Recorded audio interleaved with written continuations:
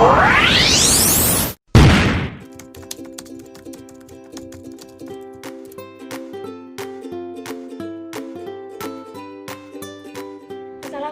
warahmatullahi wabarakatuh. Selamat pagi semuanya bagi para pendengar channel Nazila Zahra.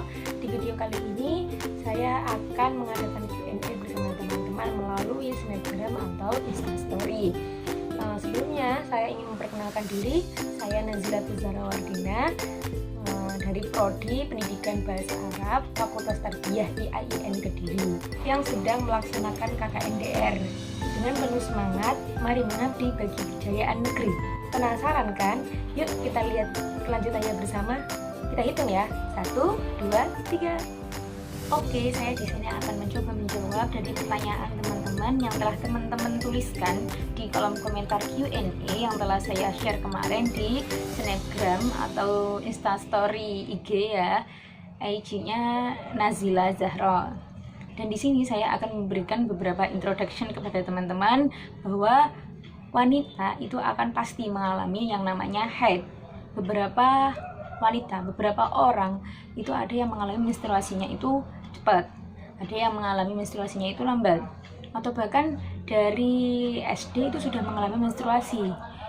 Nah, atau bahkan juga ada yang udah SMA itu baru mengalami yang namanya haid. Tapi yang perlu kita lihat di sini adalah kita harus benar-benar bisa menaruh perhatian yang ekstra kepada diri kita sendiri. Ini bukan kok soal enak nggak sholat, enak nggak puasa, tapi ini menyangkut soal hukum. Jadi kita harus benar-benar menaruh perhatian ekstra ya. Oke, kita lanjut ke berikutnya. Pertanyaan yang pertama yakni dari Siti Khalifatul Rafi'ah. Nah, tapi sebelum saya menjawab pertanyaan teman-teman, saya ingin memperkenalkan sumber rujukan yang saya pakai ya Kak. Sumber rujukan yang saya pakai ini adalah kitab Uyunul Masail. Sudah tahu nggih kira-kira nggih? Oke, kita bahas dari pertanyaan pertama. Tanya Zil, aku haid selama 6 hari, terus suci 10 hari. Pas hari ke-10 itu aku keluar darah lagi. Haid atau istihadah? Nah, sebelum kita jauh membahas tentang perhitungan haid dari permasalahan Mbak Siti Khalifatul Rafi'ah ini, kita perlu mengetahui dasar-dasar haid. Ya, dasar-dasar haid untuk paling sedikitnya haid itu adalah 1 hari 1 malam atau bisa dikatakan 24 jam. Nah, sedangkan umumnya haid itu 6 sampai 7 hari dan paling banyaknya haid itu adalah 15 hari. Maka jika darah keluar melebihi dari 15 hari bukan lagi dinamakan haid, akan tetapi istihadah. Nah, persoalan dari teman kita Mbak Rofi ini 6 hari keluar darah itu berarti dikatakan haid. Kemudian darah berhenti 10 hari itu dikatakan apa? Suci. Nah, pas hari ke-10 itu keluar darah lagi. Kira-kira dihukumin apa? Catatannya di sini adalah jika darah keluar pertama dan darah berhenti itu di jumlah sudah 15 hari atau bahkan melebihi dari 15 hari, maka di situ kita boleh menyempurnakan minimalnya masa suci. Minimal masa suci itu 15 hari, maka jika keluar darah lagi kita boleh menyempurnakan minimalnya masa suci. Nah, keluar darahnya lagi itu untuk menyempurnakan minimalnya suci tadi kan 10, berarti untuk mencapai 15 berarti kan tinggal 5. Nah, maka 5 di sini dihukumi istihadah, dan untuk selebihnya dari 5 itu kita hukumi haid. Nonton ya Mbak Rofi, saya kira sudah jelas. Pertanyaan selanjutnya, mau nanya sejauh mana batasan kita meyakini kesucian setelah haid. Untuk mengukur kesucian ini sebenarnya mudah ya, hanya cukup dengan menggunakan katembat.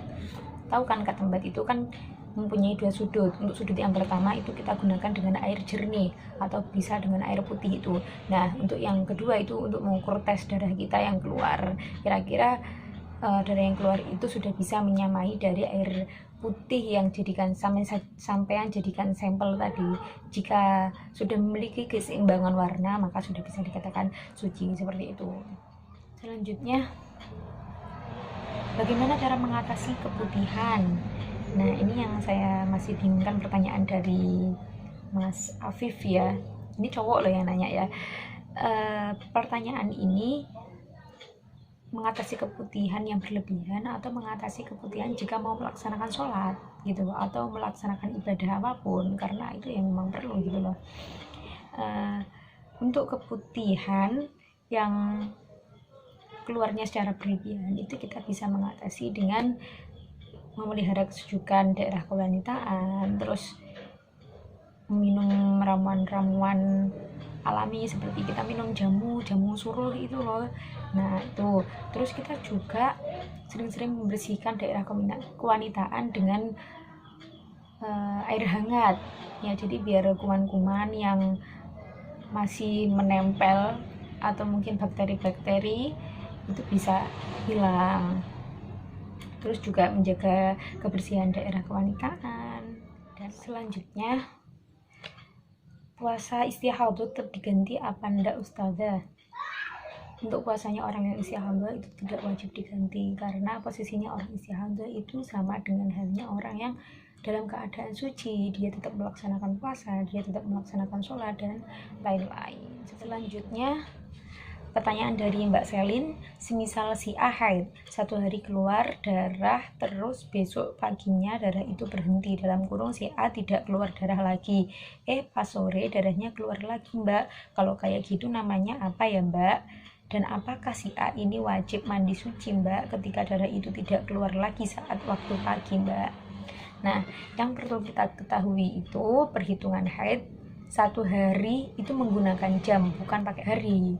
Maka berapapun keluar itu ya yang dilihat jamnya, sudah 24 jam atau belum. Jika sudah 24 jam maka sudah masuk kriteria dari haid. Jika sudah masuk kriteria dari haid maka sudah bisa dinamakan haid. Maka jika darah berhenti wajib mandi suci. Tapi jika belum ada 24 jam atau belum termasuk dari kriterianya haid, darah yang keluar itu, maka nggih mboten usah mandi suci gitu nggih. Selanjutnya, apa penyebab tidak lancarnya haid?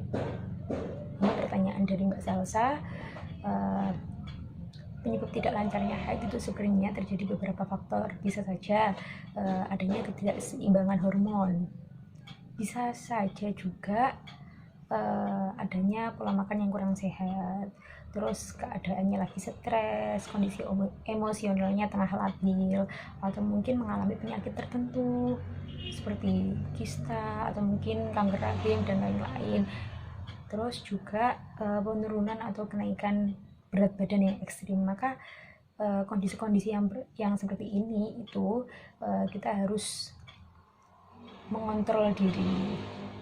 Dan juga jika terjadi penyakit-penyakit tertentu, kita harus periksa ke dokter. Alangkah baiknya seperti itu. Nonton Mbak. Jadi bisa terjadi beberapa faktor.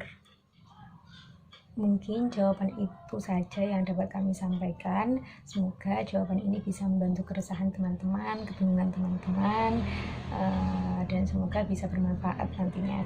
Amin. Sebelumnya juga kami mohon maaf yang sebesar-besarnya dalam tutur kata ataupun dalam pemahaman masih kurang. Kami mohon maaf yang sebesar-besarnya. Wabillahi taufiq wal hidayah. Wallahul muwaffiq ila aqwamit thoriq. Wassalamualaikum warahmatullahi wabarakatuh.